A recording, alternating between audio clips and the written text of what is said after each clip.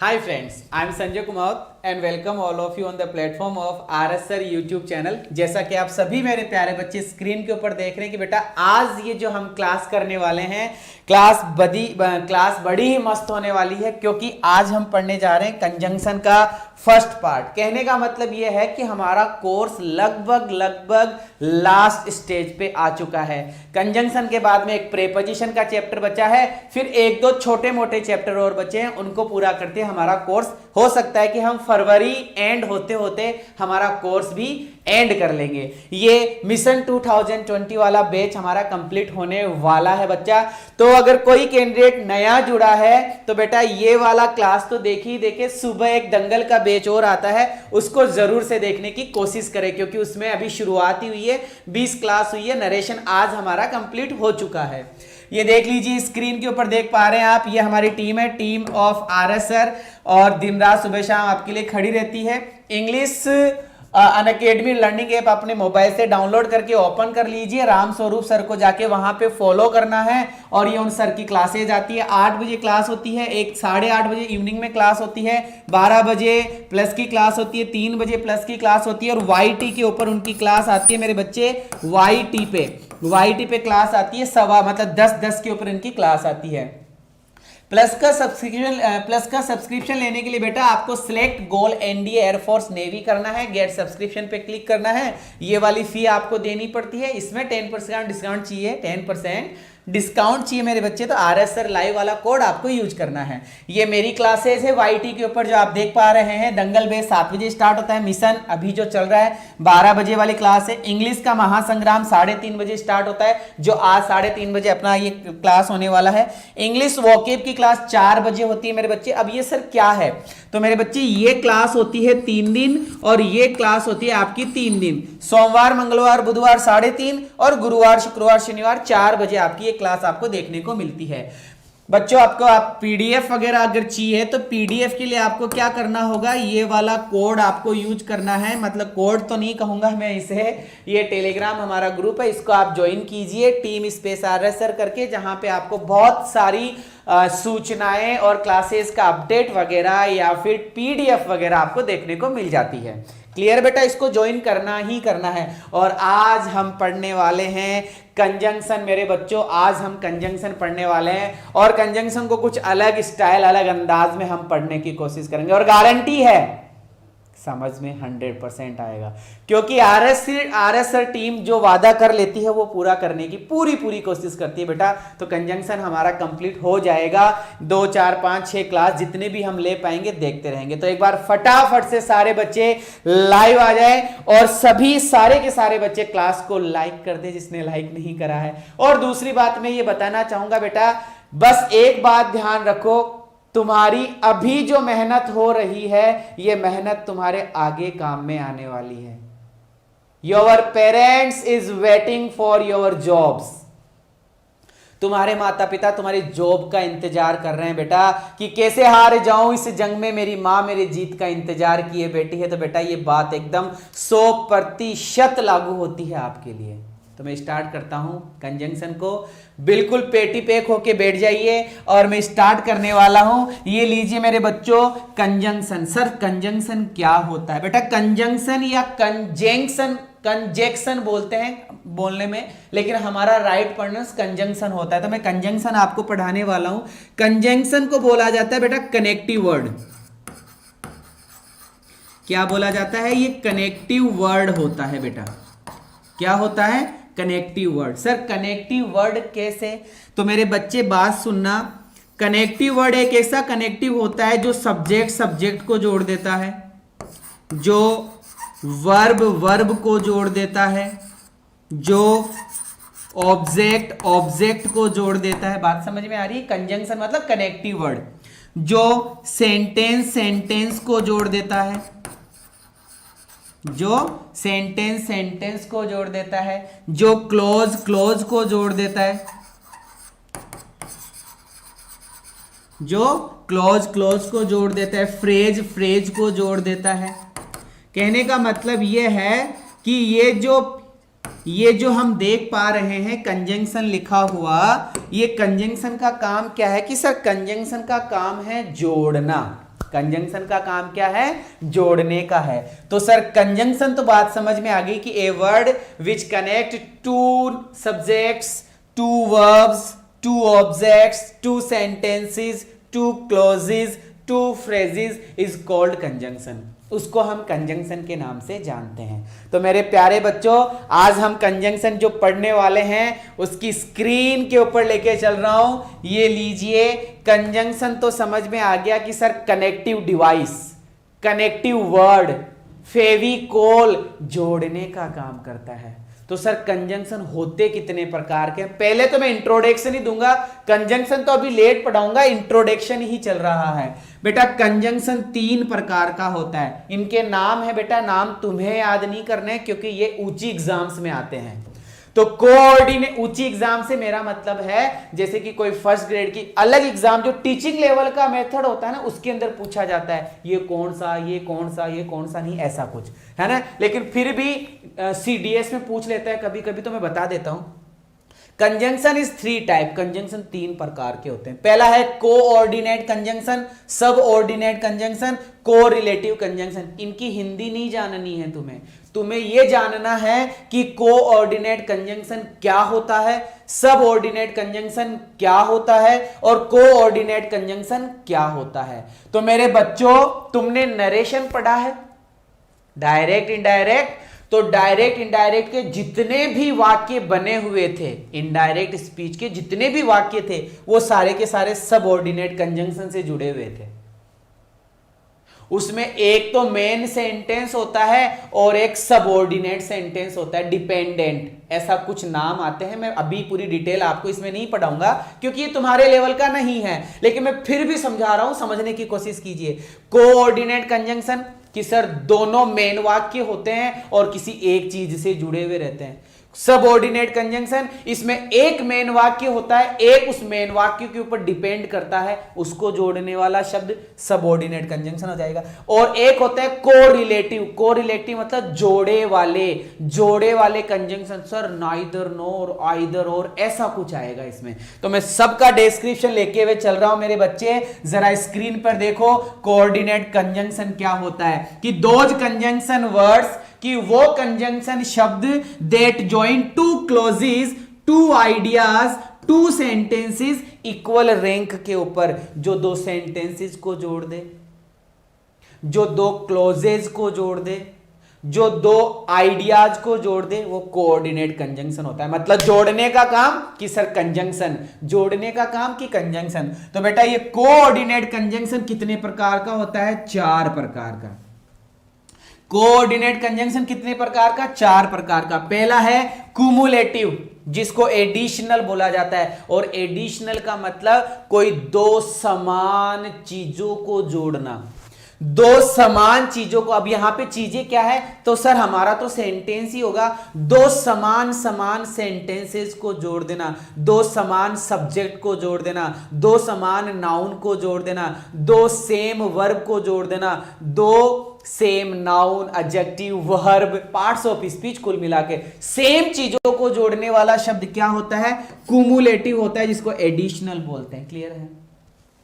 और सर दो असमान चीजों को जोड़ने पर क्या लगाते हैं? दो असमान चीजों को जोड़ने वाला जो शब्द होता है उसको क्युमुलेट, उसको कंजंक्शन तो बोलते हैं, कोऑर्डिनेट, लेकिन नाम क्या है?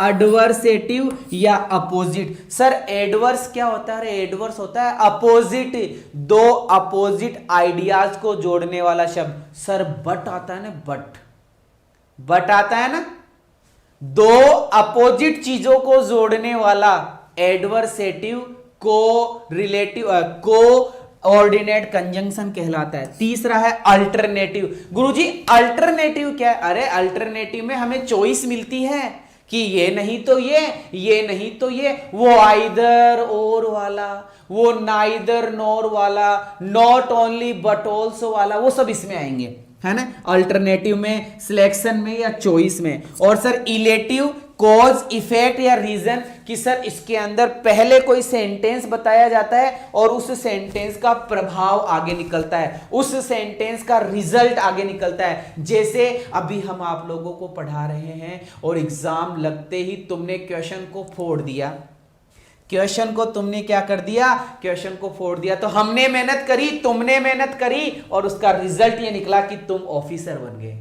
तुम क्या बन गए, ऑफिसर बन गए। वो होता है इलेटिव, जिसको कोज बोला जाता है, उसमें इफेक्ट और रीजन आता है। ये सर नाम है। और अब मैं बता देता हूं, पहला जो पढ़ा हुआ था अपना कुमुलेटिव। कुमुलेटिव में कौन कौन से सर कंजंक्शन होते हैं, तो बेटा एक एक की डिटेल पढ़ाऊंगा थोड़ी देर बाद में। देखो, एंड दो समान सेंटेंसेस को जोड़ता है, दो समान वर्ड या स्टेटमेंट को जोड़ता है। बोथ एंड दो समान स्टेटमेंट्स को जोड़ता है या वर्ड्स को जोड़ता है। बिसाइड्स ये भी जोड़ने का काम करता है। बेटा एक होता है बिसाइड और एक होता है बिसाइड्स। सारी डिटेल पढ़ाऊंगा, रुक जा। फिर है एज वेल एज, ये भी जोड़ने का ही काम करता है, ये भी कंजंक्शन ही है। नॉट ओनली बट ऑल्सो, ये भी कंजंक्शन ही है। नो लेस देन, ये भी कंजंक्शन ही है। तो सर ऐसे कई कंजंक्शन हमें पढ़ने हैं और ये दो समान चीजों को जोड़ता है। दूसरा आ गया एडवर्सेटिव। सर इसमें क्या, इसमें अपोजिट चीज, एक पॉजिटिव तो दूसरी उसकी अपोजिट, एक पॉजिटिव तो दूसरी उसकी अपोजिट। उसमें सबसे बड़ा वर्ड कौन सा आता है, बट। और इसका एयरफोर्स की एग्जाम में काफी क्वेश्चन पूछा जाता है, बट। तो सर एक पॉजिटिव होता है, एक नेगेटिव होता है सेंटेंस में। इसी प्रकार से स्टिल, एक पॉजिटिव एक उसका अपोजिट। नेवरथिलेस, इसमें भी एक अपोजिट होता है। यट, इसमें भी अपोजिट होता है। हाउ एवर, इसमें भी अपोजिट होता है। और ओनली में भी अपोजिट होता है। सर ये भी क्या है, कंजंक्शन है। अब अल्टरनेटिव और सेक्शन, आइदर और कंजंक्शन है, और कंजंक्शन है, अदरवाइज कंजंक्शन है, नाइदर नॉर कंजंक्शन है, एल्स कंजंक्शन है, और एल्स कंजंक्शन है। सर ये सारे के सारे वर्ड कंजंक्शन है जिनको हमें आगे पढ़ना है। इलेटिव, इलेटिव का मतलब जो रिजल्ट दिखाए, शो, जैसे देयरफॉर, इसलिए। तुमने पढ़ा नहीं ना, इसलिए फेल हो गए। ये रिजल्ट दिखाता है। इस देयरफॉर को ही क्या बोला जाता है, सो बोला जाता है। कॉन्सिक्वेंटली, परिणाम स्वरूप, क्या, परिणाम स्वरूप। इसी प्रकार से फॉर, बेटा फॉर प्रेपोजिशन भी होता है और फॉर कंजंक्शन भी होता है। और इसका मतलब क्या निकलता है, सर इसका मतलब निकलता है क्योंकि। आगे बात करेंगे इसकी। सो देन, ऐसे कई वर्ड है बेटा। फिर है सबऑर्डिनेट कंजंक्शन। अब हमारा दूसरा कंजंक्शन कौन सा, कि सर सबऑर्डिनेट। इतनी देर कौन से पढ़ रहे थे, कि सर इतनी देर कोऑर्डिनेट पढ़ रहे थे, जिसमें दो समान चीजों को जोड़ा जा रहा था, दो असमान चीजों को जोड़ा रहा था, दो मेन सेंटेंसेस को जोड़ा जा रहा था। इसमें क्या होगा, इसमें सर एक सेंटेंस तो मेन होगा और दूसरा उसके ऊपर डिपेंड होगा। दूसरा उसके ऊपर क्या होगा, डिपेंड होगा। There are many types of subordinate conjunction. बेटा टाइम का पढ़ना पड़ेगा। टाइम मतलब समय। समय के लिए कौन कौन से कंजंक्शन आते हैं, रीजन के लिए, पर्पज के लिए, रिजल्ट के लिए, कंपैरिजन तुलना करने के लिए, स्थान के लिए, मैनर के लिए, कंसेशन मतलब छूट के लिए, कॉन्ट्रास्ट मतलब विरोधाभास के लिए, कंडीशन मतलब स्थिति के लिए, ऐसा कुछ है। तो सर टाइम में कौन कौन से कंजंक्शन आ जाते हैं, बेटा हमें वेन पढ़ना पड़ेगा। वेन का यूज कैसे होता है, वेन एवर का यूज कैसे होता है, बिफोर का यूज कैसे होता है, एज लॉन्ग एज क्या होता है, टिल क्या होता है, वाइल क्या होता है, एज क्या है, सिंस क्या है, आफ्टर क्या है, as soon as, no sooner than, until, ऐसे कई शब्द हमें पढ़ने हैं बेटा। प्लेस के लिए वेयर का यूज, वेयर एवर का यूज, रीजन के लिए एज, बिकॉज, सिंस का यूज, मैनर के लिए as, as though, according as, है ना, as so, as if, as far, as, एक काफी वर्ड है बेटा। पर्पज के लिए देट हो गया, लेस्ट हो गया, सो देट हो गया, इन ऑर्डर देट हो गया, ऐसे है। कंसेशन के लिए ऑल्दो है, ऑल्दो यट है, वॉट एवर है, रिजल्ट के लिए सो देट, ऐसे कई वर्ड है बेटा। ये सारे के सारे कंजंक्शन जो है आपको मुझे पढ़ाने हैं।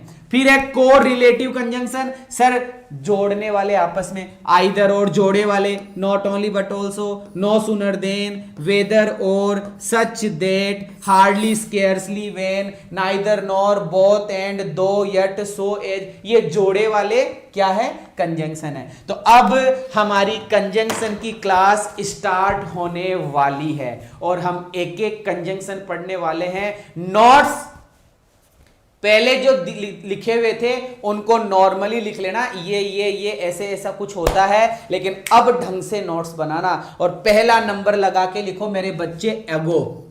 हमें अगो पढ़ना है। सबसे पहले नंबर लगा के लिखो अगो। अगो का क्या क्वेश्चन बनता है, अगे को क्या एरर बनता है, अगो का क्या रिक्त स्थान बनता है, वो पढ़ाने वाला हूं। तो पूरा फोकस अगो के ऊपर। अगो एडवर्ब है, समय के लिए आती है। अगो क्या है? एडवर्ब है, समय के लिए आता है। सुनना, अगो क्या है, इधर लिख रहा हूं। अगो एडवर्ब है, टाइम के लिए आता है, लेकिन अगो के साथ में कंजंक्शन कौन सा आता है, क्वेश्चन ये है। अगो के साथ में कंजंक्शन कौन सा आता है? तो मेरे बच्चे ढंग से सुनना मैं क्या बोलने जा रहा हूं कि सर अगो का यूज तो समय के लिए होता है, बात समझ में आ गई, कोई प्रॉब्लम नहीं है। लेकिन अगो के साथ में कंजंक्शन कौन सा आएगा कि सर कंजंक्शन आता है दैट, सबऑर्डिनेट कंजंक्शन है। ये क्या आता है सर? दैट कंजंक्शन आता है। क्या क्या? दैट ही आता है। अगर अगो के साथ में वेन लिखा हुआ है तो एरर बता देना। अगो के साथ में सिंस लिखा हुआ है तो एरर बता देना। अगो के साथ में टिल लिखा हुआ है तो एरर बता देना। समझ जाना। और कोई भी कंजंक्शन हो गलत है। अगो के साथ में डेट आएगा, अगो के साथ में डेट आएगा, अगो के साथ में डेट ही आएगा।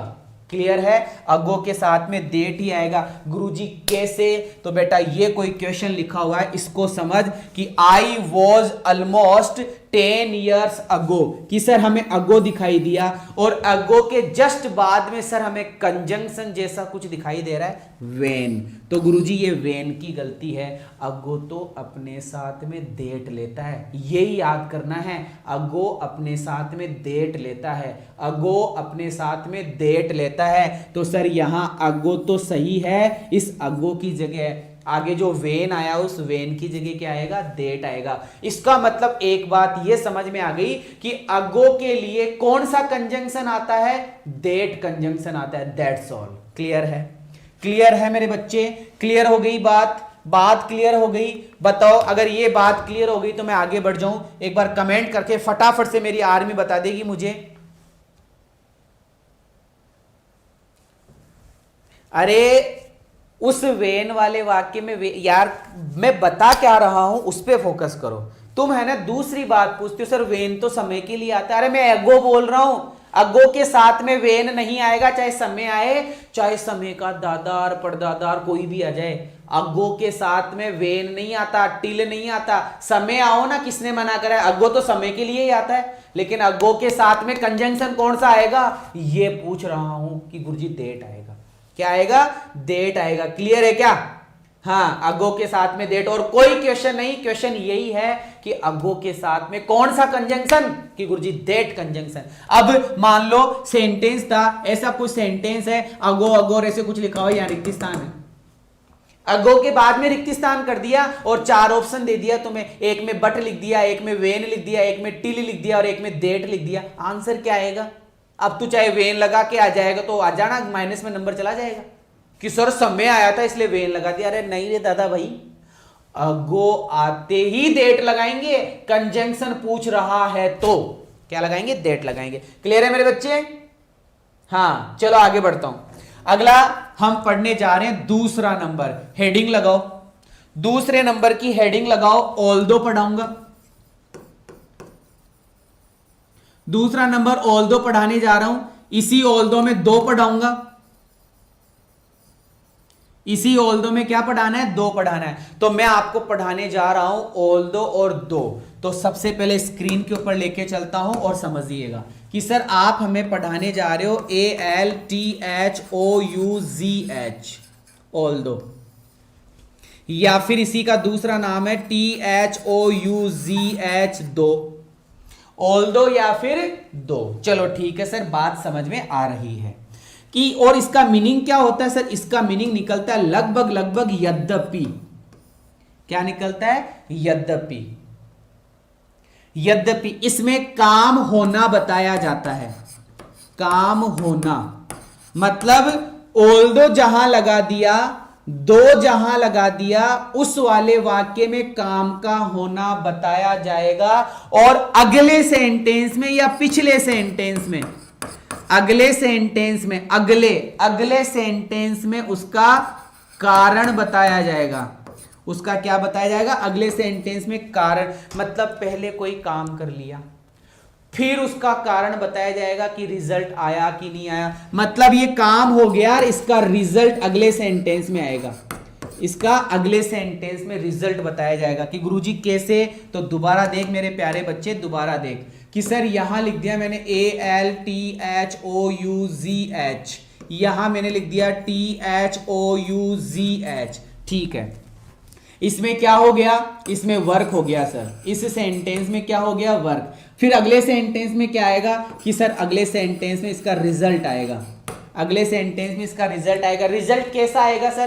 कैसा भी आ सकता है, पॉजिटिव भी आ सकता है, नेगेटिव भी आ सकता है। अगर ये पॉजिटिव है तो वो थोड़ा बहुत नेगेटिव आ सकता है, ये नेगेटिव तो वो पॉजिटिव आ सकता है, ऐसा कुछ, लेकिन आता लगभग नेगेटिव है। जैसे कैसे कि यद्यपि तुमने बहुत मेहनत करी, यद्यपि तुमने बहुत मेहनत करी फिर भी, यद्यपि तुमने बहुत मेहनत करी फिर भी तुम फेल हो गए। कि सर काम तो करा लेकिन रिजल्ट कैसा निकला? नेगेटिव निकल गया फिर भी। इसका मतलब सर यहां यद्यपि आएगा, यहां तो क्या लिखा जाएगा? यद्यपि, और यद्यपि की अंग्रेजी होगी या तो ऑल्दो या फिर दो। लेकिन सर ये फिर भी का क्या है कि यही तो कंजंक्शन है, यही तो कंजंक्शन है बेटा। ऑल्दो और दो के साथ में कौन सा कंजंक्शन आता है? कि सर ऑल्दो और दो के साथ में यट कंजंक्शन आता है। मतलब ऑल्दो दे दिया, यट, ऑल्दो दे दिया और दो दे दिया, और आगे जाके हमें कंजंक्शन पूछ रहा है कौन सा आएगा, तो यट ही आएगा।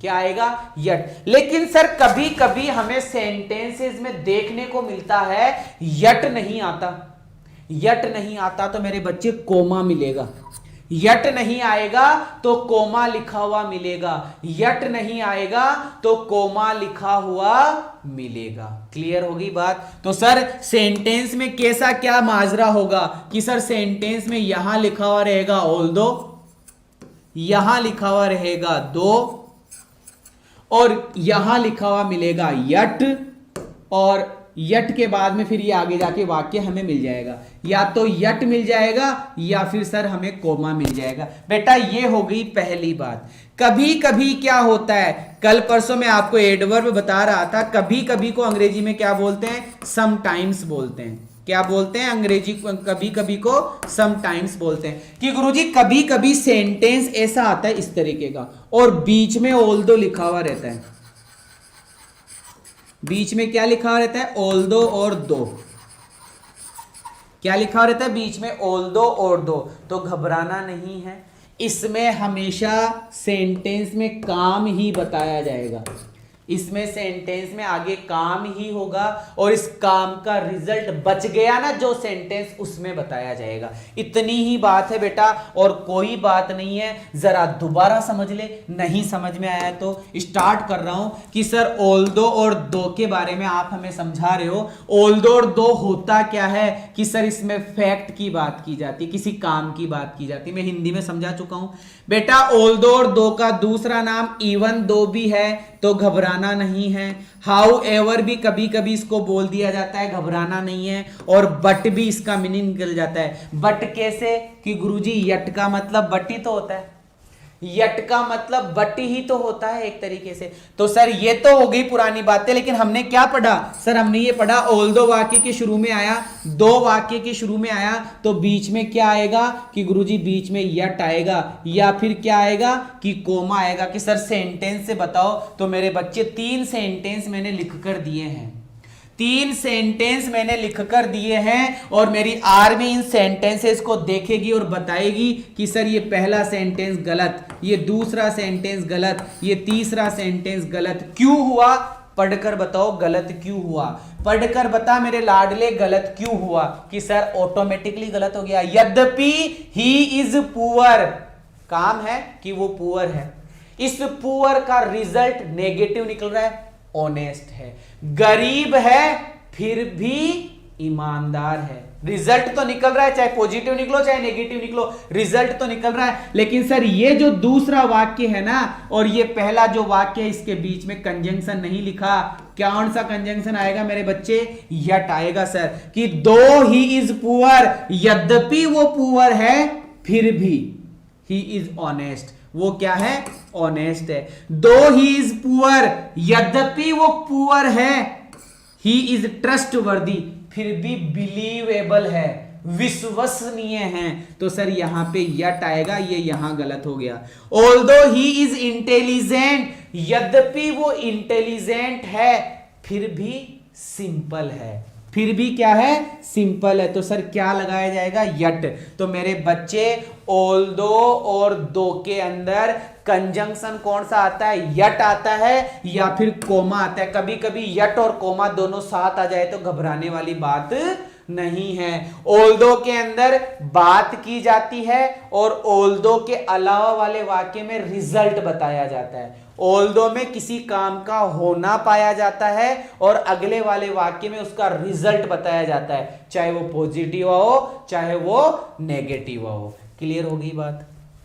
क्लियर होगी मेरे बच्चे? बात क्लियर हो गई? आगे बढ़ रहा हूं, सुनिएगा। और एग्जाम्पल लिखे हैं, एग्जाम्पल की कोई कमी नहीं है। सुनो सुनो मेरे प्यारे बच्चों, देखो। ऑल्दो यद्यपि द सन वॉज शाइनिंग, यद्यपि सूरज चमक रहा था, यद्यपि सूरज चमक रहा था। सूरज चमकने से मतलब क्या हुआ? मतलब सूर्य में गर्मी खूब थी, फिर भी it was not that warm, फिर भी गर्म नहीं था।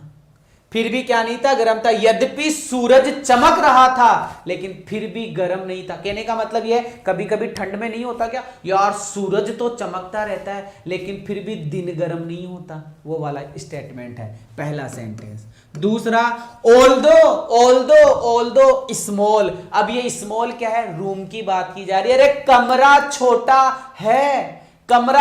है, फिर भी द कमरा फिर भी द कमरा has a spacious feel. Spacious मतलब खुला खुला, कि कमरा छोटा है फिर भी यार खुला खुला लग रहा है। कमरा छोटा है फिर भी स्पेसियस लग रहा है, खुला खुला लग रहा है। मेरे प्यारे बच्चे तीसरे में आ जा। ही सेज, वह कहता है, he has the team shirt, कि उसके पास में टीम का शर्ट है। मान लो आरएस टीम के पास में ये शर्ट है, पांचों कैंडिडेट के पास में, कि यद्यपि टीम आरएस सर के पास में एक फिक्स शर्ट कर रखा है, फिर भी है ना। देखना यहां पे ऑल्दो, यहां से स्टार्ट, बीच में ऑल्दो आया, यट नहीं आएगा। अब यट नहीं आएगा, यहां से स्टार्ट करो कि यद्यपि आई हैव नेवर सीन। ये तो गलत लग रहा है कि यद्यपि ही, यहां से स्टार्ट करेंगे। ही सेज, वह कहता है, यद्यपि he has the team shirt, उसके पास में टीम का शर्ट है, फिर भी I have never seen him wear it, लेकिन मैंने उसको कभी पहना हुआ ही नहीं देखा। जबरदस्त सेंटेंस मेरे बच्चे, जबरदस्त सेंटेंस। इस ऑल्दो की जगह कहां आएगी? यहां आएगी, क्योंकि काम तो यही है ना। यद्यपि he has the team shirt, यद्यपि उनके पास में टीम का पर्टिकुलर शर्ट है, फिर भी, कोमा का मतलब फिर भी, I have never seen him wear it, मैंने उसको कभी पहना हुआ ही नहीं देखा। आ गया ना रिजल्ट। अगला 1 2 3, चौथे सेंटेंस में मेरे बच्चे बेटा सीखेंगे धीरे धीरे कि the moon is largely responsible for our tides. कोई प्रॉब्लम नहीं है ना? सुनना कि the moon is largely responsible for our tides, कि जो मून होता है ना, चंद्रमा, इज लार्जली मतलब बड़े स्तर पर, रेस्पॉन्सिबल मतलब जिम्मेदार होता है, फॉर आवर टाइड्स। टाइड्स क्या होता है? अरे गुरुजी, ज्वार भाटा होता है। अगर चंद्रमा ज्यादा चमकता है तो समुद्रों के अंदर ज्वार भाटा ज्यादा आता है। क्या बताया जा रहा है? बोला ये जा रहा है कि भैया चंद्रमा अगर अपनी पूरी पूर्णिमा में होता है तो ज्वार भाटा इससे इफेक्ट होता है। फिर भी यद्यपि बोला जा रहा है कि the sun also plays a small part. लेकिन यार सूरज भी अपना छोटा सा पार्ट निभाता है, सूरज फिर भी अपना छोटा सा पार्ट निभाता है। इसका मतलब ये हुआ इन दो सेंटेंसेस को देखकर ये समझ में आया, बेटा समझने की कोशिश करना, ये दो सेंटेंस थे ना ऊपर वाले, ये तो पूछे जाते हैं कॉमन एरर में, और इससे पहले जो सेंटेंस दिए थे वो भी कॉमन एरर में पूछ लिए जाते हैं। लेकिन सर ये नीचे वाले सेंटेंसेस रिक्त स्थान में पूछे जाते हैं। अगर बीच में तुमने ऑल्दो लगाया है, तो ऑल्दो के आगे आने वाला वाक्य यद्यपि का काम नहीं करेगा, फिर भी का काम कर रहा है। किसका काम कर रहा है? फिर भी का। जरा देख लो, यहां से स्टार्ट करो कि the moon is largely responsible for our tides, कि जो चंद्रमा है चंद्रमा जो है वो मतलब ज्वार भाटे के लिए जिम्मेदार है, ठीक है। फिर भी मतलब इसके अलावा और क्या है? The sun also plays a small part, सूरज भी अपना छोटा सी भूमिका निभाता है। ये देख लो, देयर इज नो कंक्लूजन, कोई कंक्लूजन ही नहीं निकला, कोई निष्कर्ष ही नहीं निकला। इट्स कॉज, इसके कारण का। यद्यपि evidence points at a genetic source, जबकि वो जो क्या नाम गवाह देने वाला था, एविडेंस था, जो सबूत था, वो सबूत साफ साफ बता रहा है। ऐसा कोई सेंटेंस है बेटा। हर फर्स्ट नेम वॉज शिवा, कि उसका पहला जो नाम, सुनना, हर किसी लड़की का नाम है, हर फर्स्ट नेम वॉज शिवा, उसका पहला नाम शिवा है। फिर भी इस दो का मतलब, ऑल्दो का मतलब यहां फिर भी, क्योंकि बीच में है, फिर भी no one called him that, लेकिन फिर भी उसको कोई ऐसा बुलाता नहीं है। तो सर इन सेंटेंसेस को हम दूसरे तरीके से भी लिख सकते हैं कि कैसे? ऐसे लिख, यहां ऑल्दो लगा और यहां यट लगा दे, ये सब ऐसे भी सही हो जाएगा, कोई प्रॉब्लम नहीं है। नहीं, बीच में दो या ऑल्दो लगा दे तो भी सही है। क्लियर है मेरे बच्चे?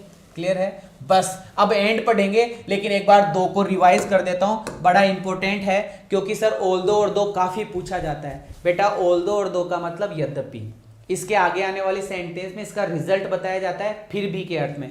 ऑल्दो शुरू में लगाया है, बीच में यट आया है, तो यट वाला वाक्य फिर भी का अर्थ देकर उसका रिजल्ट बताएगा। लेकिन बीच में ऑल्दो और दो आ गया, तो ऑल्दो और दो के आगे आने वाला सेंटेंस उसका रिजल्ट बताएगा। उसका क्या बताएगा? रिजल्ट। ये बात लिख लेना। और सेंटेंसेस सारे इंपॉर्टेंट है, क्योंकि ये सेंटेंसेस वो सेंटेंसेस है जो किसी ना किसी एग्जाम में मैच करते हुए पाए गए थे, और मैंने उसको टीप लिया और टाइप कर लिया, ठीक है ना, क्योंकि तुम्हें वो सेंटेंसेस पढ़ना चाहिए जो किसी ना किसी एग्जाम में आए हुए हैं। सर ये हो गया ऑल्दो और दो, और फिर जब मैं इसकी मैराथन लगा के प्रैक्टिस कराऊंगा 200-300 क्वेश्चन, तब बात और कर लेंगे। चलो सर अब बात करते हैं आगे वाले क्वेश्चन, एंड। बेटा तीसरा पॉइंट डालो, एंड में क्या होता है कि सर एंड में दो समान सब्जेक्ट, दो समान वर्ब, दो समान, कुल मिलाकर दो सेंटेंसेस को जोड़ा जाता है, दो वर्ब्स को जोड़ा जाता है, दो नाउन्स को जोड़ा जाता है, दो एडजेक्टिव्स को जोड़ा जाता है, और एंड का मतलब सर और होता है। ज्यादा विशेष कुछ नहीं है, केवल सेंटेंसेस से समझते हुए जल्दी पूरा कर लेंगे। लिखा हुआ है पहला सेंटेंस कि गुरुजी अमित एंड सुमित कितने जने? कि सर दो जने। तो वर्ब कैसी आएगी? प्लूरल वर्ब आएगी कि Amit and Sumit were playing cricket, Amit और सुमित खेल रहे थे। बालू एंड विठल, यहां पे plural verb, Balu and Vithal good bowlers, दोनों के दोनों अच्छे बॉलर है भाई। तीसरा sentence bread and butter, bread and butter phrase है sir. Getting better and better, oh that's a very important word, better and better, cooler and cooler. बेटा दोनों तरफ कंपैरेटिव डिग्री सेम आएगी, ध्यान रखना। Getting better and better, getting cooler and cooler, ऐसा कुछ। God made the country, अरे भगवान तो क्या करता है? कंट्री बनाता है, ब्रह्मांड बनाता है, देश विदेश बनाता है ना, देश विदेश नहीं, इसने क्या बनाई है? कंट्री बनाया। कंट्री का मतलब पृथ्वी है यहाँ पे। भगवान ने तो पृथ्वी बनाई है, और मनुष्य ने क्या कर दिया? टाउन्स बना दिए, कस्बे बना दिए, है ना, ऐसा कुछ। यहां कंट्री का मतलब प्रकृति है, नेचर। भगवान ने तो प्रकृति बनाई थी, नेचर बनाया था, एक पूरा गांव ही बनाया था भगवान ने, तो एक पूरा ब्रह्मांड ही, मतलब एक पूरी पृथ्वी बनाई थी, लेकिन लोगों ने उसको डिवाइड कर दिया। और लोगों ने क्या कर दिया? बहुत इंपॉर्टेंट सेंटेंस है, और ये वो क्वेश्चन है जो रेन एंड मार्टिनेंट में दिया हुआ है।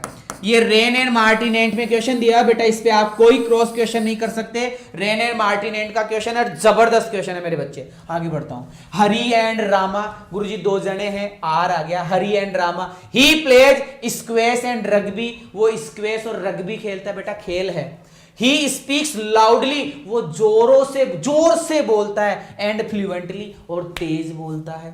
He turned round and walked out, वो घूमा, टर्न राउंड, उसने टर्न राउंड किया और वॉक अवे, और चलने लग गया। He works quickly and accurately, यहां एडवर्ब जोड़ रहा है, यहां पे वर्ब जोड़ रहा है, यहां एडवर्ब जोड़ रहा है, यहां नाउन जोड़ रहा है, यहां प्रॉपर नाउन जोड़ रहा है, दो सेम चीजों को जोड़ रहा है बेटा, ठीक है। यहां वर्ब जोड़ रहा है, I cried and cried, I like you and your brother, मैं तुम्हें और तुम्हारे भाई को पसंद करता हूं। आई मेक द पेमेंट्स, मैं ये सेंटेंस को जोड़ रहा है, पूरा एक सेंटेंस जोड़ रहा है। I make the payments and keep the account. एक चीज बताने वाला हूं, जरा ढंग से सुनना। यहां पे आई है, सब्जेक्ट है, यहां एंड के बाद में वर्ब आ रही है, तो इस सेंटेंस का सब्जेक्ट क्या हुआ? इस सेंटेंस का सब्जेक्ट भी आई ही होगा, क्योंकि एक बार तुमने सब्जेक्ट नरेशन के अंदर पढ़ा है ना, दो सेंटेंस आते हैं, बीच में फुल स्टॉप आ गया तो फुल स्टॉप की जगह एंड कर देते हैं, फिर दोबारा से हम सब्जेक्ट नहीं लिखते, फिर वो सेड और सेड टू ही लगाते हैं। वो वाला पॉइंट है बेटा। कहने का मतलब ये है कि इस एंड के बाद में अब सब्जेक्ट नहीं लिखेंगे, पहले से लिखा हुआ है, ऐसे मान्यता है। तो आई मेक द पेमेंट्स, मैं पेमेंट करता हूं, और कीप द अकाउंट्स, और अकाउंट्स को क्लियर रखता हूं, साफ रखता हूं। राम एंड श्याम, इसी प्रकार से 6 एंड 4, इसी प्रकार से वाटर ऑन लैंड, क्या लिखा हुआ है? The frog lives in water, यहां कहां रहता है? यहां। बहुत अच्छा, बहुत गजब क्वेश्चन, बहुत गजब क्वेश्चन। ये जो फ्रॉग होता है वो कहां रहता है? इन वाटर में भी रहता है और ऑन लैंड पर भी रहता है। कहां कहां रहता है? वाटर में रहता है और ऑन लैंड पर रहता है। और भी है sentence, there was a flash flood, वहां पे क्या थी? फ्लड थी। और and by the next morning, और अगली सुबह क्या हो गई? Town was under water. अरे गजब क्वेश्चन भाई, गजब क्वेश्चन। दोबारा पढ़ो इसको, क्या लिखा हुआ है कि there was a flash flood. Flash flood का मतलब अचानक बाढ़ आई, अचानक बाढ़ आई, और अचानक बाढ़ आई, और उसका आगे की भी बात बताई जा रही है ना, और बाय द नेक्स्ट मॉर्निंग, और अगली ही सुबह जैसे ही बाढ़ आई, मतलब जैसे ही बाढ़ आई, यहां पर खूब सारी एकदम से बाढ़ आई, तो अगली सुबह क्या हो गया? टाउन पूरा का पूरा पानी में डूब गया। ट्रस्ट इन गॉड, भगवान में विश्वास करो, और डू द राइट, और अच्छा अच्छा कार्य करते रहो। टू एंड टू मेक भी होता है और मैक्स भी होता है। दो और दो क्या होते हैं? चार होते हैं। वीणा और I went to Vijayanagar, we carved not a line and. बेटा ये सारे जितने भी सेंटेंस है, सब में क्या लग रहा है? एंड लग रहा है। कहने का मतलब एक बात ये समझ में आ गई कि सर एंड दो चीजों को जोड़ता है। कितनी चीजों को जोड़ता है रे लाला? कि सर दो चीजों को जोड़ता है। तो मेरे बच्चे, मैंने आपको एंड पढ़ाया और एंड की शुरुआत यहां से करी। सीधी सी बात है, दो सब्जेक्ट्स को जोड़ रहा है, दो वर्ब्स को जोड़ रहा है, दो आइडियाज को जोड़ रहा है। क्लियर है ना? ये सब बातें हैं। चलो सर और आगे बढ़ते हैं। अब ये तीन चीजें पढ़ाने वाला हूं। सो लॉन्ग एज क्या होता है, एज लॉन्ग एज क्या होता है, और एज सून एज क्या होता है। हेडिंग डाल लो इनकी, और इनकी बात करने वाले। क्या एरर बनता है, क्या एमसीक्यूज आता है, क्या वो नो इंप्रूवमेंट आता है, इन चीजों के पढ़े में पढ़ेंगे। So long as, as long as, as soon as. Heading लगा लो फटाफट से। So long as long as, और एज सून एज। पहला एरर, पहला एरर, पहला एरर सुनना मेरे बच्चे। अगर किसी सेंटेंस के अंदर एज सून एज वाक्य के शुरू में है, कहां? वाक्य के शुरू में। एज सून एज वाक्य के शुरू में है, एज लॉन्ग एज वाक्य के शुरू में है, और सो लॉन्ग एज वाक्य के शुरू में है। आगे जाकर तुम्हें देन दिख जाए तो वो देन की गलती है। आगे जाकर देन दिख जाए तो वो देन की गलती है। ये पहला पॉइंट इन शब्दों का। सो लॉन्ग एज और एज लॉन्ग एज का मतलब होता है जब तक या जहां तक, जब तक या जहां तक। और एज सून एज का मतलब होता है जैसे ही। एज सून एज का मतलब क्या होता है? जैसे ही। लेकिन मैं बता क्या रहा हूं? मैं पहले ये बता रहा हूं वाक्य की शुरुआत हुई एज सून एज से, वाक्य की शुरुआत हुई एज लॉन्ग एज से, वाक्य की शुरुआत हुई सो लॉन्ग एज से। तो आगे जाकर देन दिखेगा, दिखेगा दिखेगा, और वो दिखा हुआ ही गलत है सर। वो देन दिखते ही एरर हो गया, वो देन दिखते ही क्या हो गया, एरर हो गया। लाइक में कंजूसी, नहीं लाइक नहीं कराना लाला, लाइक कर बेटा। वो डिसलाइक वाले को मत दबा देना, लाइक वाले को दबाना है, और लाइक दबा दे, बस लाइक दबा दे मेरे बच्चे, like like like like like like दबा दे फटाफट से। शाबाश शाबाश मेरे लाडले, शाबाश। जरा देखिएगा कि sir as soon as then नहीं आएगा, एज लॉन्ग एज देन नहीं आएगा, सो लॉन्ग एज देन नहीं आएगा। तो ले मेरे बच्चे कर दे स्टार्ट, क्वेश्चन की शुरुआत कर दे कि लो गुरुजी पहला क्वेश्चन कि एज सून एज जैसे ही पियोन ने घंटी बजाई, द फर्स्ट बेल बजाई, गुरुजी ये देन दिख गया, ये देन दिख गया। एज सून एज के साथ में, एज सून एज के साथ में देन नहीं आता, ये देन की गलती है सर, पहला सेंट है बेटा। दूसरा सेंट है एज सून एज जैसे ही opened the old wooden box, जैसे उसने पुराना सा लकड़ी का बॉक्स खोला तो देन दिख गया, और देन दिखते ही क्या कि गुरुजी एरर, क्या आएगा, देन गलत है। मतलब फिर क्या आएगा सर, अरे कुछ नहीं आएगा मेरे लाला, क्रॉस आएगा, क्रॉस, कोमा आएगा। यार मैंने कहा था लाइक करने के लिए, बच्चे ने डिसलाइक कर दिया। क्या बात है यार। चलो और बट देखो सर, अब सुनना मेरी बात बच्चे, मैंने आपको इन सब चीजों में क्या पढ़ाया कि सर यहां पर 3 शब्द लिखे हुए हैं, और इनका पहला एरर क्या होता है, इनका पहला एरर है देन। अब मैं पर्टिकुलर आपको पढ़ाऊंगा एज सून एज क्या होता है, और सो लॉन्ग एज और एज लॉन्ग एज क्या होता है। तो सबसे पहले पढ़ा रहा हूं एज सून एज, इसी के अंदर हेडिंग डाल लो स्टार बनाकर, एज सून एज क्या होता है, इसको पढ़ने जा रहे हैं। एज सून एज का मतलब होता है जैसे ही, एज सून एज का मतलब क्या होता है, जैसे ही। ये पहला सेंटेंस, ये दूसरा सेंटेंस, ये तीसरा सेंटेंस, और ये चौथा सेंटेंस। पहला पॉइंट क्या कि गुरुजी अगर एज सून एज वाक्य के शुरू में आ रहा है तो आगे जाकर देन नहीं आएगा। एज सून एज वाक्य के शुरू में आ रहा है तो देन नहीं आएगा। और रे भाई इतनी नफरत मेरे से है, मेरे से इतनी नफरत, एक टीचर जो तुम्हें पढ़ा रहा है उससे इतनी नफरत। अभी 1 डिसलाइक था, तुरंत 5 डिसलाइक आ गए। अरे भाई इतनी नफरत है, मतलब एक टीचर जो गुरु है उससे इतनी नफरत है तुम्हें, क्या बात है यार, शाबाश, सल्यूट है तुम्हारे माता पिता को मेरे बच्चे, सल्यूट है, थैंक यू सो मच। चलो कोई नहीं, जैसी सोरेट है वैसे ही करेंगे बच्चे लोग। हाँ तो बेटा मैं बात कर रहा था एज सून एज की, किसकी बात कर रहा था मैं, एज सून एज की, कि गुरुजी एज सून एज वाक्य के शुरू में आता है, और वाक्य के शुरू में आता है तो आगे देन नहीं आएगा, पहली बात। दूसरी बात, एज सून एज का मतलब होता है जैसे ही, क्या निकलता है, जैसे ही। तो सुन जैसे ही का अर्थ क्या निकलता है कि एज सून एज जैसे ही द थीफ सो, चोर ने देखा, द पुलिस, पुलिस को तो क्या हो गया, तुरंत उसका रिजल्ट निकला है ही रेन अवे, वो भाग गया। वो क्या हो गया, वो भाग गया कि जैसे ही, अरे जैसे ही उसने पुलिस को देखा तुरंत एक्टिविटी हुई, भाग गया। चलो दूसरा सेंटेंस सुनना, I will leave as soon as you come. सुनना यहां से कि आई विल लीव मैं चला जाऊंगा, आई विल लीव मैं चला जाऊंगा, जैसे ही यू कम तुम आओगे, जैसे ही तुम आओगे मैं चला जाऊंगा।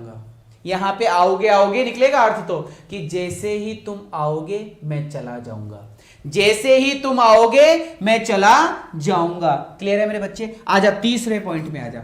एज सून एज जैसे ही सो हिज एनिमी, उसने अपने दुश्मन को देखा, जैसे ही उसने अपने अपोजिट पर्सन को देखा, रेन अवे, भाग गया।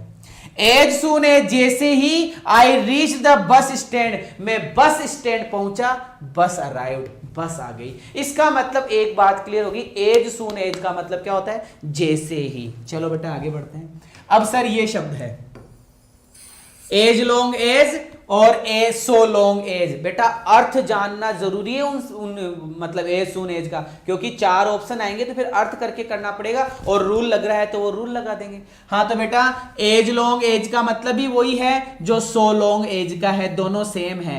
एज लॉन्ग एज बोल दो चाहे सो लॉन्ग एज बोल दो, इसका मतलब क्या होता है, जहां तक या जब तक, जहां तक या जब तक। क्लियर है? जहां तक या जब तक। अर्थ करके देखते हैं। पहला सेंटेंस सुनना कि दे हैव बीन देयर। दे मतलब वे लोग वहां रहे, क्योंकि बीन का मतलब होता है रहना या होना, रहना या फिर होना। दे हैव बीन देयर, वो वहां पर रहे, वो वहां पर रहे जब तक एनीवन कैन रिमेंबर, मतलब जहां तक एनीवन कैन रिमेंबर, मतलब कोई भी उनको रिमेंबर का मतलब याद करना होता है। रिमेंबर का मतलब क्या होता है? याद करना। एक बार इसको छोड़ता हूं, ये देखता हूं।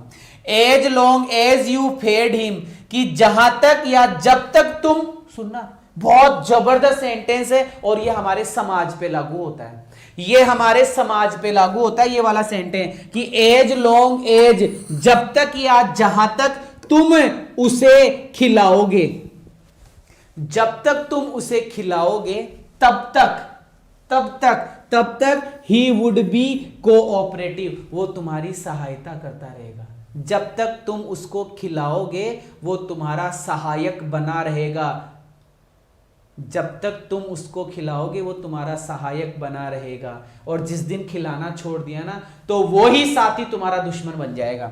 ये देख लो एक बार, एक मूवी है कि ducks have been part of the village scene in Sholay, कि शोले मूवी के अंदर, मैंने नाम चेंज कर दिया, मूवी तो अंग्रेजी थी कोई, लेकिन मैंने शोले लिख दिया। तुम ऐसे मान लो कि डक्स हैव बीन पार्ट, या मैं कर सकता हूं वो बसंती वाला, कि यहां पे Basanti is part, have been part of the village scene, कि बसंती वाला या वो टंकी वाला या वो धर्मेंद्र वाला सीन कौन से गांव का था? किसर गांव का था, शोले मूवी का था। ठीक है, जहां तक, फॉर एज लॉन्ग एज, जहां तक एनीवन कैन रिमेंबर, मतलब जहां तक लोगों को याद है, जहां तक लोगों को पता है, जब तक लोगों को पता है। बात तो यही थी कि शोले मूवी के अंदर वो टंकी वाला सीन था, ऐसा कुछ इसमें भी यही है कि जहां तक मुझे याद है, एनीवन, जहां तक लगभग एनीवन मतलब किसी को याद होगा, वो कहां रहे थे? दे हैव बीन देयर, वो वहां रहे थे। जैसे हमको कोई एड्रेस पूछने आता है, यार जहां तक मुझे याद है, जहां तक मुझे याद है, जब तक मैं जानता हूं, जहां तक मैं जानता हूं, जब तक मैं जानता हूं, वो 10 साल तो यहां रहे थे, अब नहीं रह रहे। तो वो जब तक, वो जहां तक का जो अर्थ निकलता है वो ये वाला पॉइंट आता है। और बेटा मैंने ये तीनों पढ़ा दिए, अब मैं एक बार समराइज कर रहा हूं, मेरी बात सुनना। एज सून एज, जैसे ही, as long as, so long as, जहां तक या जब तक। अर्थ तो ये हो गया। एरर कैसा आएगा कि गुरुजी ये वाक्य के शुरू में आएंगे तो आगे जाकर देन नहीं आएगा, आगे जाकर क्या नहीं आएगा? देन नहीं आएगा। बात समझ में आई? बात समझ में आई मेरे लाडलो? बात समझ में आई? बेटा लाइक में कंजूसी है, लाइक में कंजूसी है, आपने लाइक नहीं करा है, इतना बेकार पढ़ा रहा हूं। चलो कोई नहीं मेरे बच्चे, कोई बात नहीं। अब हम पढ़ने जा रहे हैं एजेस। तो बेटा मैंने आपको क्या क्या पढ़ा दिया, एक बार मैं रिपीट देखना चाहूंगा मैंने क्या क्या पढ़ा दिया आपको। मैंने आपको पढ़ाया बेटा अगो, अगो के साथ में दैट, ठीक है सर। दूसरा ऑल्दो और दो के साथ में यट, ठीक है। तीसरा क्या पढ़ाया? एंड, एंड दो चीज़ों को जोड़ रहा है, ठीक है। फिर क्या पढ़ाया एंड के बाद में? एंड के बाद में सर आपने ये पढ़ाया so long as long as soon as. इनके बाद में क्या नहीं आता? इनके बाद में देन नहीं आता, है ना। एज सून एज का मतलब क्या होता है? जैसे ही। सो लॉन्ग एज और एज लॉन्ग एज का मतलब जहां तक या जब तक। चलो ठीक है सर, आगे बढ़ते हैं अगले पॉइंट पर, एजेस। अब बात करते हैं सर इसकी, सुनना, सुनो बेटा, हम पढ़ने जा रहे हैं एजेस, और एक में पढ़ाने जाऊंगा अभी आपको सो एज, ठीक है। इसके बाद में मैं आप लोगों को पढ़ाऊंगा सो दैट, और इसके बाद में मैं आप लोगों को पढ़ाऊंगा सो दैट। फिर इसी से रिलेटेड हम पढ़ेंगे एज, इसी से रिलेटेड हम पढ़ेंगे लाइक, और इसी से रिलेटेड हम पढ़ेंगे एज इफ, और इसी से रिलेटेड हम पढ़ेंगे एज दो। ये कंजंक्शन मुझे पढ़ाने हैं अब आपको, क्योंकि जब एज का नाम आया तो इतने सारे कंजंक्शन निकल कर आए। एज मैं आप लोगों को पढ़ा चुका हूं पॉजिटिव डिग्री में, सो एज मैं आपको पढ़ा चुका हूं पॉजिटिव डिग्री में, सो दैट हमें पढ़ना है, ये सो दैट हमें पढ़ना है, ये एज में मैं बता चुका हूं, ये लाइक भी अपन बात कर चुके हैं, लेकिन इन सब की बातें मैं दोबारा करूंगा। तो मैं सबसे पहले स्टार्ट करने जा रहा हूं एज। मुझे मेरे प्यारे बच्चे ये बताएंगे कि बेटा एज पॉजिटिव डिग्री में आता है ना, सेंटेंस कैसा होता है? एजेस पॉजिटिव डिग्री में आता है ना, सो एज भी पॉजिटिव डिग्री में आता है। सेंटेंस कैसा होता है ये बताओ, ये बताओ मेरे लाडलो, ये बताओ मुझे एजेस कि गुरुजी एज एज वाला जो वाक्य होता है ना वो पॉजिटिव भी होता है। वो वाक्य कैसा होता है? पॉजिटिव भी होता है और वो वाक्य नेगेटिव भी होता है। चलो ठीक है सर, एक बात तो ये हो गई। दूसरी बात मुझे मेरे लाडलो ये बताओ, इस एज के बीच में क्या आता है कि सर इस एज के बीच में या तो एडजेक्टिव मिलती है या फिर एडवर्ब मिलती है। इन दोनों में से कोई एक चीज मिल सकती है एज के बीच में। ठीक है, वाक्य कैसा होता है? पॉजिटिव होता है। वाक्य कैसा होता है? नेगेटिव होता है। दूसरी बात इस एज के बाद में वाक्य कैसा होता है? इस एज के बाद में वाक्य कैसा होता है? तो सर वाक्य होता है छोटा। वाक्य कैसा होता है? छोटा होता है। सर छोटा क्या होता है? छोटा होता है मेरे बच्चे सब्जेक्ट, हेल्पिंग वर्ब और वर्ब, बस इतना ही मिलेगा, आगे कुछ नहीं होगा। सब्जेक्ट, हेल्पिंग वर्ब या ज्यादा से ज्यादा वर्ब मिल जाएगी, आगे जाके ऑब्जेक्ट या बड़ा सा सेंटेंस नहीं होता है। मैंने एजेज में क्या क्या बताया? पहली बात, एजेज कौन सी डिग्री? Positive degree. एजेज का वाक्य कैसा होता है? एजेज का वाक्य पॉजिटिव भी हो सकता है, नेगेटिव भी हो सकता है, मतलब सिंपल भी हो सकता है, नॉट वाला भी हो सकता है। ठीक है सर। एजेज वाला वाक्य बड़ा होता है कि छोटा होता है? कि सर एजेज में जो दूसरा एज आता है ना वो अपने साथ में ज्यादा से ज्यादा सब्जेक्ट और वर्ब ले लेगा, हेल्पिंग वर्ब या वर्ब ले लेगा, आगे जाकर और कुछ नहीं लेगा, छोटा वाक्य होगा। क्लियर है? तो सर ये एजेज हमारे समझ में आ गया। तो सर ये सो, दूसरा वाक्य, ये सो एज क्या है? ये सो एज क्या है कि गुरुजी ये भी यही है, यही एडजेक्टिव आएगा, यही एडवर्ब आएगा, यही पॉजिटिव डिग्री है। लेकिन ये वाला वाक्य कैसा होता है कि सर ये वाला वाक्य नेगेटिव होता है। कौन सा वाला? सो वाला वाक्य। सो वाला वाक्य कैसा होता है? नेगेटिव होता है। बहुत इंपॉर्टेंट कॉन्सेप्ट पढ़ाने जा रहा हूं, अंतर माइनर डिफरेंस बताने जा रहा हूं, देखते ही समझ में आएगा, देखते ही पढ़ोगे। सुनना मेरी बात कि सर सो एज वाला वाक्य नेगेटिव होना ही चाहिए। नॉट कौन सा वाला? ये वाला होगा कि ये वाला होगा कि सर सो वाला वाक्य नेगेटिव होगा, सो वाला वाक्य नेगेटिव होगा, सो वाला वाक्य नेगेटिव होगा। और अगर गुरुजी पॉजिटिव है तो फिर गलत है, नेगेटिव ही होगा। दूसरी और इंपॉर्टेंट बात, एज वाला वाक्य कैसा होगा कि गुरुजी छोटा होगा। एज वाला वाक्य कैसा होगा मेरे बच्चे कि सर छोटा होगा। छोटे से क्या मतलब है? SHVO वाला होगा, SHV तक, सब्जेक्ट या वर्ब तक। लेकिन सर अब ऐसा का ऐसा ही होता है सर सो दैट, ऐसा का ऐसा ही होता है सो दैट। तो सर मैं कैसे पहचानूं कि एज आएगा कि डेट आएगा? तो बेटा अंतर बताने जा रहा हूं, कान खोलकर सुन लेना, ढंग से सुन लेना मेरी बात कि सर ये वाला जो वाक्य था ना, ये वाला वाक्य नेगेटिव था, ये वाला वाक्य नेगेटिव था, लेकिन ये वाला वाक्य नेगेटिव नहीं होता है। ये पहली बात, ये तो हो गई पहली बात। और दूसरा सबसे बड़ा अंतर, ये एज वाला वाक्य छोटा था, लेकिन ये डेट वाला वाक्य बड़ा होता है। ये डेट वाला वाक्य बड़ा होता है, पूरा SHVO का होता है, और ये 90% नेगेटिव होता है, और ये 90% नेगेटिव होता है। मैंने क्या क्या बता दिया, किताबों में लिखा हुआ नहीं मिलेगा। सुन ले मेरी बात, दोबारा बोल रहा हूं हर एक चीज। सर आपने पढ़ाया हमें एजेस, वाक्य कैसा होगा? पॉजिटिव होगा और नेगेटिव होगा। ठीक है। दूसरी चीज, वाक्य कैसा होगा कि सर वाक्य छोटा होगा। ओके, पहला पॉइंट। दूसरा पॉइंट, सो एज वाला वाक्य कैसा होगा कि गुरुजी सो एज वाला वाक्य नेगेटिव होगा। ठीक है। नॉट कहां आएगा? सो से पहले की तरफ, सो से पहले की तरफ। दूसरी बात, वाक्य कैसा होगा कि सर वाक्य छोटा होगा। तीसरा पॉइंट क्या पढ़ाया? तीसरा पॉइंट पढ़ाया सर सो दैट। तीसरा पॉइंट क्या पढ़ाया? So that. ये वाला वाक्य नेगेटिव नहीं होगा, और ये वाला वाक्य कैसा होगा? SHVO का, मतलब SHVO का मतलब कि बड़ा होगा। बड़े से क्या मतलब? बड़े से क्या मतलब कि सर बड़े से मतलब है SHVO होगा, और ये लगभग नेगेटिव हो जाता है। ये लगभग किसका हो जाता है? नेगेटिव हो जाता है। क्या इतनी बातें क्लियर हुई? बोलो बोलो, क्या इतनी बातें क्लियर हुई क्लियर? तो सर हमने ये पढ़ लिया। अब एक वाक्य और है गुरुजी, आपने एक जगह लिखा था सो देट, एक जगह आपने लिखा था सो देट और दोनों को साथ लिखा था। इसका मतलब क्या होता है? इसका मतलब होता है ताकि।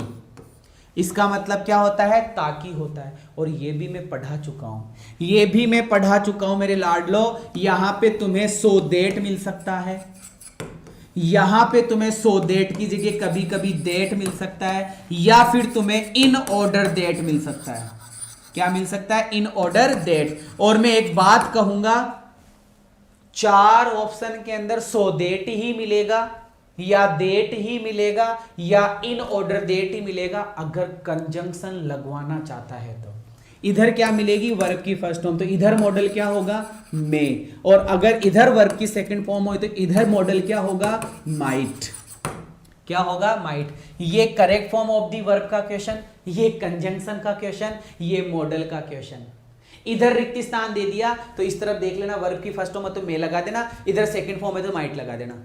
इधर वर्ब की फर्स्ट फॉर्म है, इधर मे है, बीच में क्या आएगा? सो देट आएगा, इन ऑर्डर देट आएगा, या देट आएगा।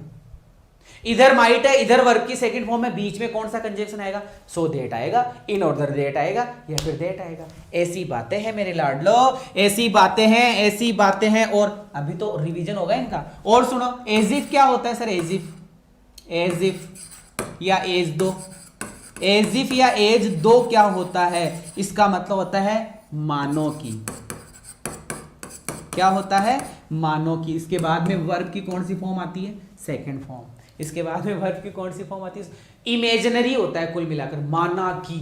क्या होता है? इमेजिनरी। जरा स्क्रीन पे वापस लेके आया हूं मैं आपको, और ये देख लो, एज कौन सा सेंटेंस? पॉजिटिव और नेगेटिव सेंटेंस। देखो, he is as strong so, as strong so. Guruji एजेज ही होता है, ये सो कहां से आ गया?